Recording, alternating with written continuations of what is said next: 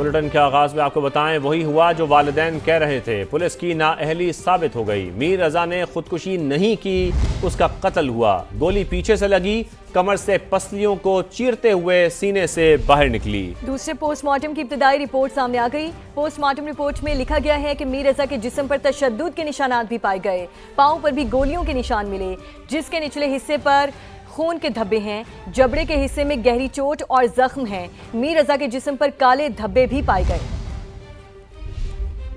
Normal murder नहीं है, brutal murder है। मेरा बेटा गया, मैं पीछे नहीं हटूंगा। ना क्राइम सीन को कवर किया गया, ना ब्लड है उसका वहाँ पर। 10 दिन से इसको किसी और एंगल से देखा जा रहा है। बाप कहता रहा, बाप चीखता रहा, चिल्लाता रहा, मगर सुनी अनसुनी होती रही। मेरा बेटा तो चला गया, मजबूर किया उन्होंने कि हम इसकी कब्र खुशाई की तरफ जाए, क्योंकि इसको जस्टिस दिलवाने के लिए, सिर्फ और सिर्फ। बाप हिम्मत ना हारा, बेटे को इंसाफ दिलवाने के लिए अदालत गया, कब्र खुशाई करवाई और फिर पोस्टमार्टम रिपोर्ट जो आई वही बाप का सच था। 10 दिन के बाद, 11 दिन के बाद हमें पता लगा, जो बात हम 10 दिन से कह रहे हैं कि बच्चे को तशद्दुद किया गया है, तशद्दुद किया गया है। मर्डर हम पहले दिन से बोल रहे हैं, मर्डर जिसने किया उसका बताओ, उसको क्यों छुपा रहे हो? ये कौन इतनी बड़ी पावर थी जिसको छुपा रहे हैं आप? परसों रिपोर्ट को रोक लिया, आज ये आपके सामने। मीर रजा ने खुदकुशी नहीं की, उसका कत्ल हुआ। गोली पीछे से मारी गई। दूसरी पोस्टमार्टम की इब्तिदाई रिपोर्ट ने पुलिस की नाअहली साबित कर दी। रिपोर्ट के मुताबिक मीर रजा को लगने वाली गोली पीठ से पसलियों को चीरती हुई सीने से बाहर निकली। मीर रजा के जिस्म पर तशद्दुद के निशानात भी पाए गए। उसके पाँव पर भी गोलियों के निशानात मिले हैं। जिस्म के निचले हिस्से पर खून के धब्बे, जबड़े के हिस्से में गहरी चोट और जख्म।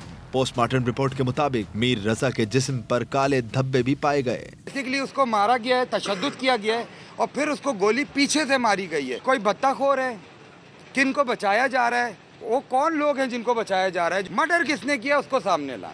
मीर रजा के दूसरे पोस्टमार्टम की रिपोर्ट ने कई सवालात खड़े कर दिए हैं। बेटे को पीछे से गोली मारी गई, गोली सीने को चीर कर बाहर निकली। 10 रोज से कह रहा हूं कि बेटे को तशद्दुद के बाद कातिल किया गया, लेकिन तफ्तीशी टीम मुसलसल प्रेशर में लेती रही। ये लोग कातिल को बचाने की कोशिश करते रहे। मीर रजा के वालिद मीर हुसैन का बड़ा इल्जाम, कहा कातिल किसने किया बताया जाए। आखिर कौन है वो लोग जिनको बचाया जा रहा है? IG और AIG बताएं, आखिर क्यों वाकई को खुदकुशी करार देने की कोशिश की गई? पीछे से मारी गई है। जब पीछे से गोली मारी गई है तो पीछे की भी पसली टूटी और वो यहाँ से निकली, तो ये भी उसका दिल बस्ट हुआ और पसली जो थी वो टूटते हुए गोली बाहर आ गई। 10 दिन से हम एक चीज़ बता रहे हैं कि मर्डर है, इसको तशद्दुद किया गया है, मगर हमें कंटिन्यूसली प्रेशर में लिया जा रहा था। कंटिन्यूसली आकर या बुलाकर किसी तरीके से हमें प्रेशर दिया जा रहा था। मर्डर किसने किया, छुपाया किसको जा रहा है, उसका बताया जाए। ये जो इन्वेस्टिगेशन टीम थी, ये पूरी टीम कोशिश में थी उनको बचाने की। अब कौन ये कोई बत्ताखोर है, किन को बचाया जा रहा है? वो कौन लोग हैं जिनको बचाया जा रहा है? जो उसको बुलाया उन्होंने, बहरहाल बच्चा वो वहाँ गया, उनके बुलावे पे गया। हम बता रहे हैं कि वो कह रहा है कि मेरी मीटिंग है, मुझे पहुँचना है टाइम पर। कोई हमारी उस बात को ले नहीं रहा। ये क्यों इस चीज़ को सुसाइड पे डाल रहे थे, ये नहीं समझ आ रहा है। आप IG और AIG से सवाल करें। मीर रजा को कत्ल किया गया, लेकिन पुलिस अहले खाना को हिरासा करती रही। वालिदैन पर जोर डालते रही कि तस्लीम करें मीर रजा ने खुदकुशी की। वकील जिब्रान नासिर की मीडिया से गुफ्तगू का जितने जतन किए गए, क्या वो किसी मोबाइल चोर या गेस्ट हाउस चलाने वाले को बचाने के लिए थे? हमें अब भी शक है कि गेस्ट हाउस मुलव्विस होगा, लेकिन उसका मालिक कौन है? वकील का कत्ल के पीछे बत्ताखोरी का भी शुबा। कहते हैं जिसने बत्ता लेना था वो खुद थोड़ी आएगा तशद्दुद करने। ये भी कहा जहां से मीर रजा की लाश मिली वहां से कुछ अरसे में तीसरी लाश मिली है। मीर रजा के वालिदैन का कहना है कि हम 30 तारीख से कह रहे हैं यह कत्ल है, हमें नहीं मालूम किसने कत्ल किया, लेकिन पुलिस सब जानती है।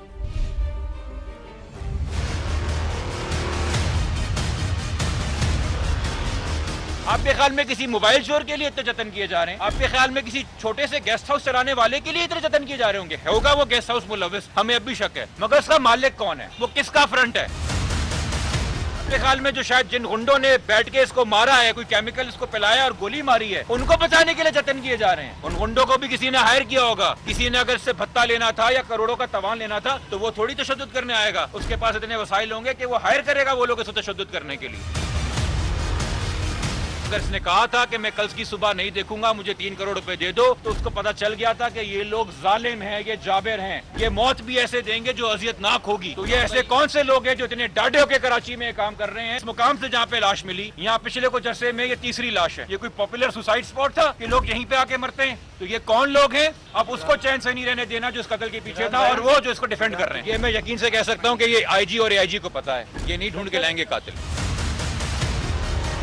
या हमें कोई खड़ा कर देंगे, अब चूंकि पता चल गया ना कि कत्ल है, तो अब कातिल तो ढूंढ के लाना है, तो उठा के ले आएंगे कोई गरीब किसी का बच्चा, और हम मान लेंगे कि उस गरीब के लिए आप इतने जतन कर रहे थे, उस गरीब के लिए एआईजी और आईजी खुद इन्वॉल्व हो रहे थे। नहीं जी, अब हर एक चीज 1000 बार स्क्रूटिनाइज की जाएगी। या आपने खुद इन्वाइट किया, इतना जितना बचाने की कोशिश की और पर्दा डालने की कोशिश की, तो अब उतना तजस्सुस पैदा हो गया कि दाल में क्या काला था। ये तमाम इन्वेस्टिगेशन टीम चेंज होनी चाहिए। अगर टीम का चेंज होना काफी नहीं होगा, हम कोई लॉलीपॉप लिए हुए छोटे बच्चे नहीं है। शहर में किस पुलिस अफसर की क्या शोहरत है हम अच्छी तरह जानते हैं। बहुत सोच समझ के टीम बनाइएगा, क्लीन रेपुटेशन लोगों की। अगर नहीं होगी, हम अदालत से रुजू करेंगे और हम वो अफसर लेके आएंगे जिन पे हमें भरोसा है कि ये साफ शफाफ रेपुटेशन कर सकते हैं।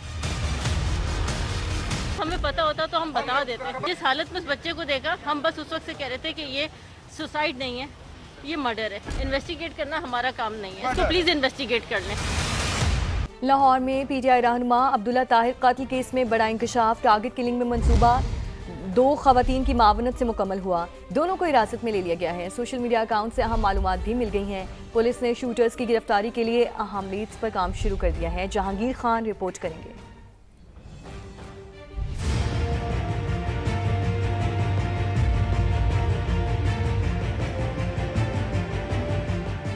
अब्दुल्ला ताहिर कत्ल केस की तफ्तीश में अहम पेशरफ। मकतूल के ड्राइवर को ट्रैप करने वाली 2 खवातीन को हिरासत में ले लिया गया। पुलिस ज़राए के मुताबिक दोनों खवातीन सोशल मीडिया टूल्स और मुख्तलिफ ऐप्स के जरिए मुबैना तौर पर शूटर्स गैंग की मुआवनत करती रहीं। ज़राए के मुताबिक एक खातून के जरिए टिकटॉकर मारिया को हनी ट्रैप के लिए हायर किया गया, जबकि दोनों के सोशल मीडिया अकाउंट्स से अहम मालूमात हासिल हुई हैं। पुलिस ने दोनों खवातीन के मोबाइल फोन कब्जे में लेकर डिलीट डाटा रिट्रीव के लिए भिजवा दिया। ज़राए के मुताबिक खवातीन ने टारगेटेड कार्रवाई की मंसूबाबंदी और मकासिद से मुतालिक अहम लीड्स भी पुलिस को दी हैं। पुलिस के मुताबिक शूटर्स और दीगर सहूलतकारों तक पहुंचने के लिए तफ्तीश जारी है। जहांगीर खान, समा, लाहौर। दीगर अहम खबरें शामिल करें और आपको बताएं। तुर्की, सऊदी और पाकिस्तान इस्लामी दुनिया के निगहबान। हरम के साए में होने वाला मुआहिदा आइंदा नस्लों के लिए अमन की ढाल। 3 बरादर मुल्क अमन और सलामती के मुश्तरका आज़म पर मुत्तहिद हैं। वज़ीर आज़म शहबाज शरीफ का तारीखी एग्रीमेंट का खैर मकदम। मुआहिदे पर दस्तखत एजाज़ करार। तुर्क सदर रजब तय्यब एर्दोगान ने कहा मक्का डिफेंस जॉइंट एग्रीमेंट इज्तिमाई डेटरेंस पर मबनी है। तमाम बरादर ममालिक को शमूलियत की पेशकश भी की। सऊदी वज़ीर ख़ारिजा शहजादा फैसल बिन फरहान ने दिफाई मुआहिदा तीनों ममालिक के लिए संगे मिल करार दे दिया। पाकिस्तान, तुर्की और सऊदी अरब के दरमियान मक्का मुश्तरका दिफाई मुआहिदे की तारीखी कामयाबी पर वफाकी दारुल हुकूमत इस्लामाबाद में भी खुशी के रंगों में रंग गया। शाहर दस्तूर पर तीनों बरादर इस्लामी ममालिक के कौमी परचम लहरा रहे हैं। अहम इमारतें सब्ज और सुर्ख रोशनियों से जगमगा उठी हैं। शहर के अहम मकामात पर नस्ब LED स्क्रीन्स पाकिस्तान, सऊदी अरब और तुर्की के देरीना बरादराना ताल्लुकात और मुश्तरका दिफाई आज़म की दास्तान सुना रही हैं। मज़ीद जानेंगे उस्मान खान से। जी उस्मान। जी बिल्कुल, सैफ फरीकी दिफाई मुआहिदे को बहुत बड़ी तारीखी कामयाबी करार दिया जा रहा है, इसीलिए हुकूमती सतह से लेकर अवामी सतह पर इसको बहुत पजीराई मिल रही है। पाकिस्तान में खुशियाँ मनाई जा रही हैं। हुकूमत पाकिस्तान की जानिब से इस्लामाबाद को खसूसी तौर पर जो शाहर दस्तूर है इसको खूबसूरती से सजाया जा रहा है, जहाँ पर पाकिस्तान, सऊदी और तुर्किया के जो परचमों के रंग है उसकी अक्कासी की जा रही है। जो होर्डिंग्स हैं वो भी ग्रीन बेल्ट्स में रखे गए हैं, जहाँ पर इन तमाम फरीकैन जिसमें वज़ीर आज़म पाकिस्तान, फील्ड मार्शल आसिम मुनीर, तुर्किया के सदर वली अहद सऊदी अरब, उनकी तस्वीर जो हैं उन होर्डिंग्स के ऊपर नुमाया है।